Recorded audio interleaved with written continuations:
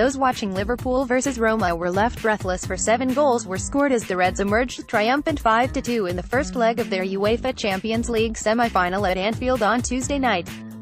After a slow start, Liverpool started to put the Italian side to the sword, with former Roma man Mohamed Salah running riot, but there was to be a twist in the tale.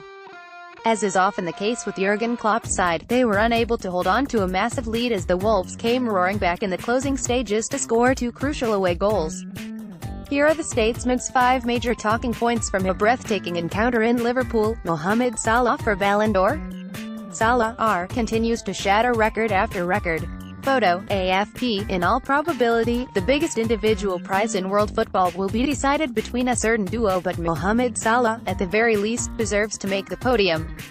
The Egyptians made his €42 million, rising to €50 million price tag look like a bargain with his goal-scoring exploits, and on Tuesday, his former side were the latest victims as he fired in a first-half brace, and he followed it up with 2 assists on the other side of the interval.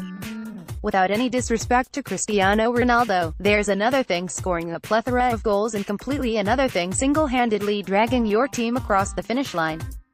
Yes, the likes of Roberto Firmino and Sadio Mane are in the midst of their best-ever seasons till date, but the way the reigning PFA Player of the Year waltzes past defenders before finding the back of the net with a golazo is a sight to behold. Regardless of whether Liverpool win the UEFA Champions League, this man, who's now got 43 goals in all competitions, deserves to be a serious contender when the world's elite gather in Zurich next year. Attacking versus calamitous defending? Take your pick. Roma didn't know what hit them. Photo, AFP. Considering Liverpool's terrific attack triumvirate, conceding 5 goals against them is not the worst possible outcome. But it's not how many you concede, but how you concede, sometimes both, actually. Apart from Liverpool's first 2, both of which were classy goals from former Roma man Salah, all the other strikes were avoidable. Salah was arguably offside for the 3rd goal, but where the man marking on the Egyptian for Mane's strike? A similar question was being asked when Salah set up Firmino for the 4th.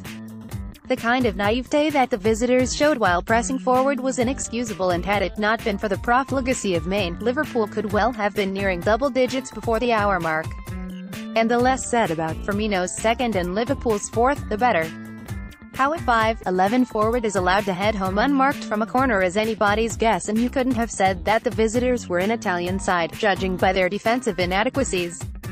Unintentional by James Milner, but still a penalty. The Liverpool fans were out in full force. Photo, AFP. James Milner didn't intend to stop the ball with his hands, but he did stop a goal-bound shot illegally, and hence, referee Felix Bridge was correct in awarding the visitors a late penalty. Diego Perotti stepped up and coolly sent Loris Karius the wrong way, giving Roma hope that the tie wasn't done yet. How crucial will this decision prove to when the second leg comes around in a week's time? Liverpool still are in the ascendancy, but Milner's mistake may well prove to be decisive over the course of 2 legs.